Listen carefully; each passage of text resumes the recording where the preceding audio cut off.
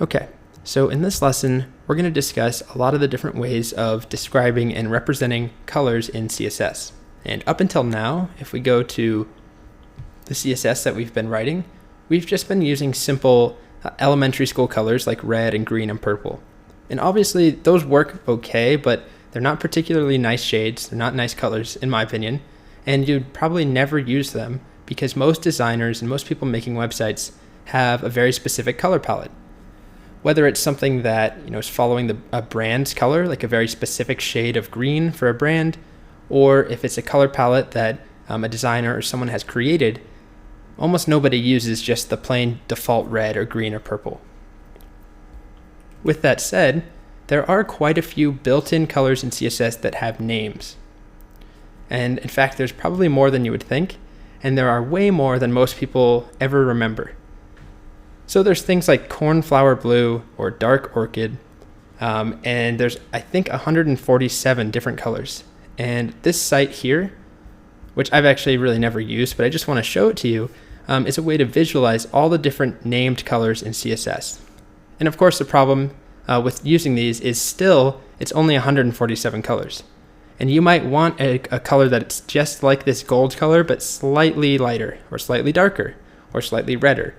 And there's not going to be a perfect option for you. And then the other problem is that it's just hard to remember these names, like light slate gray. Nobody remembers that.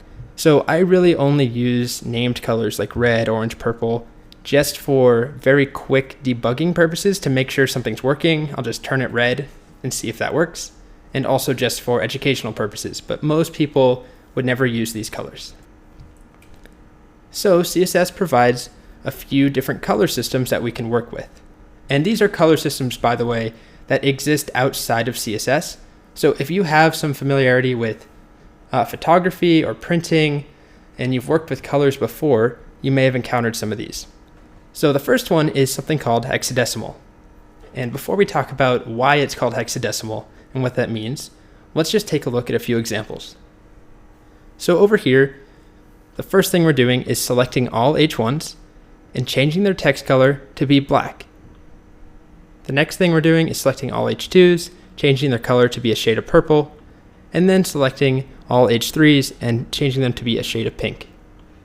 So what you'll notice is that rather than having a word like red or purple, we now have this hash symbol, it's technically called an octothorpe, followed by 6 digits.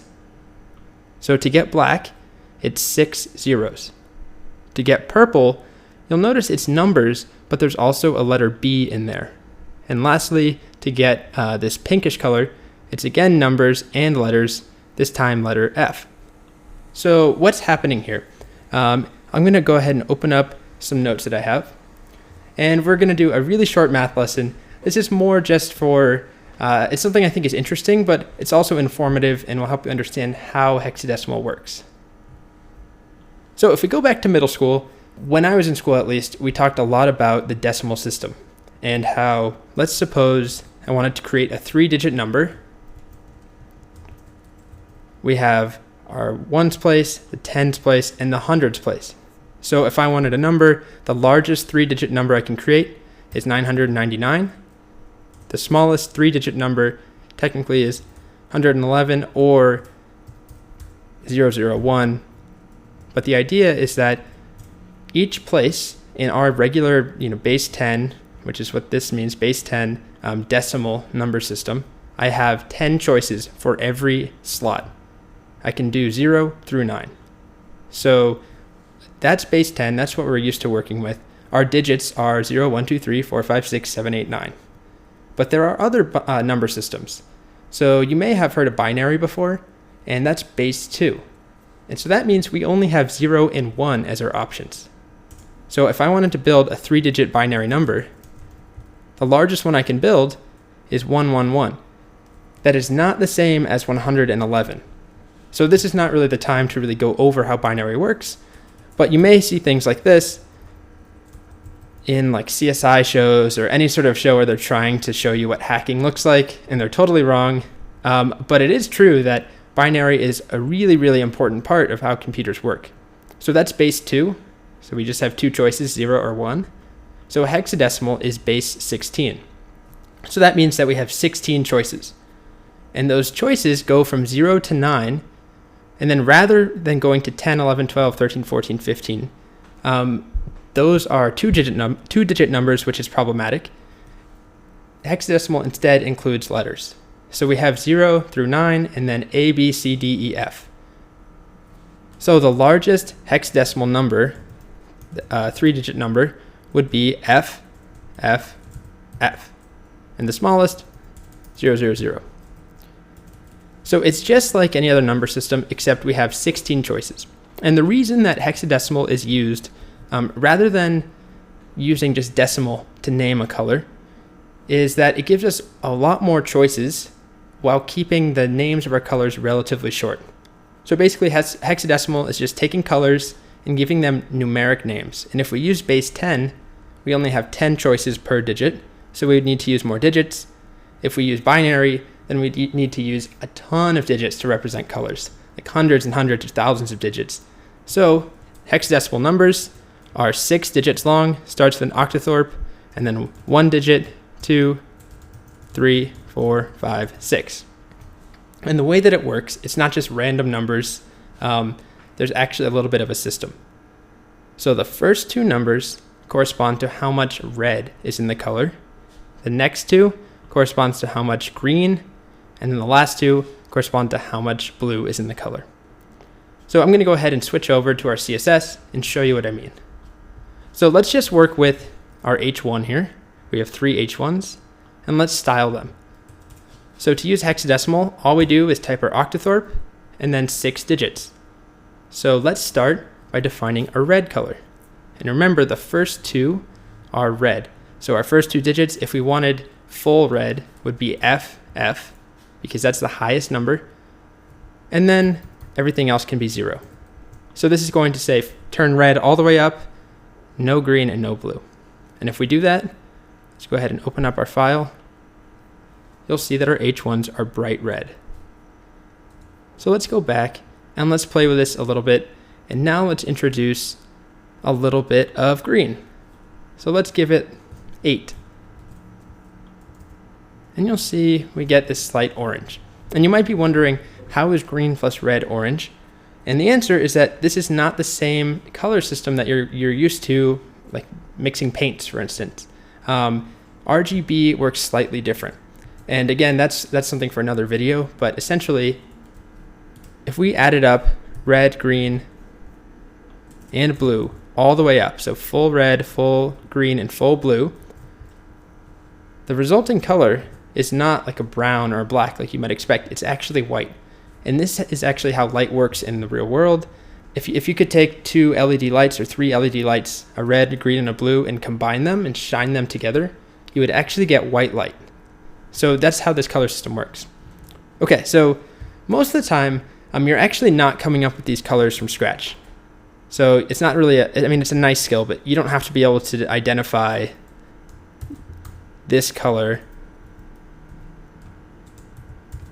as some sort of shade of purple or green or whatever it is. That's not really the skill. What you most often will do is have a color picker. And so let's say I want like a dark purple shade. There's all sorts of color pickers. There's some that are on your machine, depending on if you have a Mac or a PC. You can download one. Some of them are included. But we can also just go online. And if I want like a dark purple shade, I can just find this purple. Let's say this color here. And then I can just copy. I think that copied it. Nope. You can just copy, there it is, this color, and use that. Refresh, and we get a dark purple. So this is most often what you'll do. You'll have a color picker. Initially, you'll pick your colors, and then you just refer back to them. So it's not the most intuitive.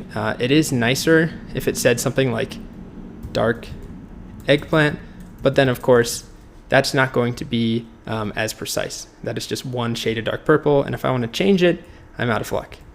So that's hexadecimal. The next color system we're going to talk about is RGB. So RGB works very similarly, except the syntax is slightly different. So RGB, there are 3 channels, just like with hexadecimal. There's red, green, and blue. And what's different is that RGB is still in base 10.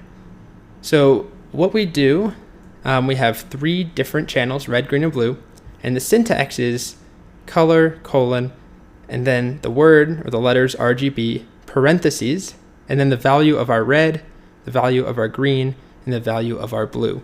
And those range from 0 to 255.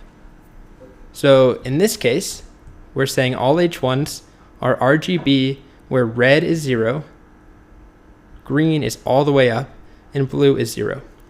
And we get this, bright green. In this one, we're setting all H2s to be RGB where red is about halfway up, green is completely gone, and blue is about halfway up, and we get a nice purple.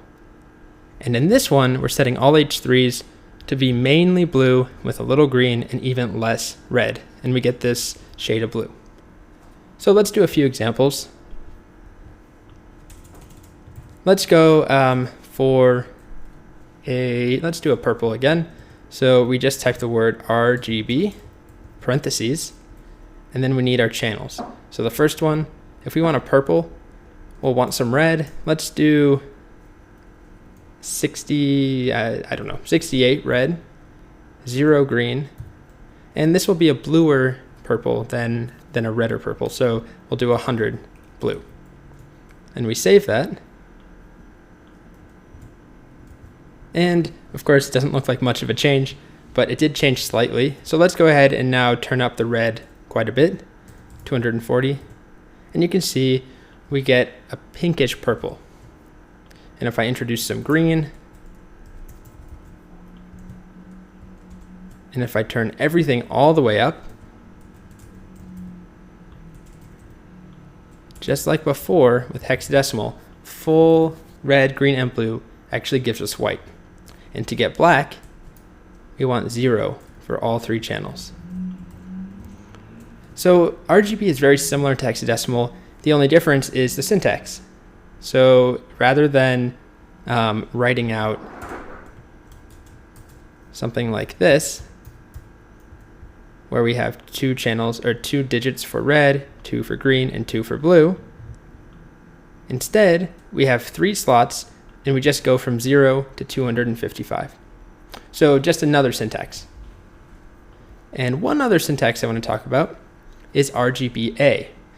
So RGBA works just like RGB, except there's one small twist, which is there's a 4th channel called alpha, which is how you can make colors transparent. So RGBA is great if you want to have one color that you are making more or less transparent. So the way that it works, it's the same exact syntax, except we write RGBA, and then we have 4 channels that we need to fill out. And the first 3, just like before, they range from 0 to 255. But the last channel, the alpha channel, ranges from 0 to 1. So I'll give you a few examples here. Here, we're setting all 3 to be the exact same color as far as the R, G, and B channels are concerned. So 11 red, 99 green, 150 blue. And then the 4th channel, we're changing the alpha. We're changing the transparency. So with full alpha, with everything all up, no transparency at all, we end up with this blue. When we set alpha to be 0.6, we get this much lighter and more transparent blue. And when we set it to be 0.2, we get this, which is barely there. So let's do another example. Let's do RGBA, and this time let's do a green. So 200 or so green and a little bit of blue. And then we need our alpha, and let's just start with 1. Refresh the page, and we get this green. So now let's do the same thing, but make it slightly paler. So let's do 0.8. I'm going to refresh, and you can see it got a little bit paler. Now let's be more drastic, down to 0.2. And you can see it gets a lot more transparent. So to summarize, we have the built-in colors, which most people don't use. We have hexadecimal, we have RGB, and then RGBA, where the A stands for alpha.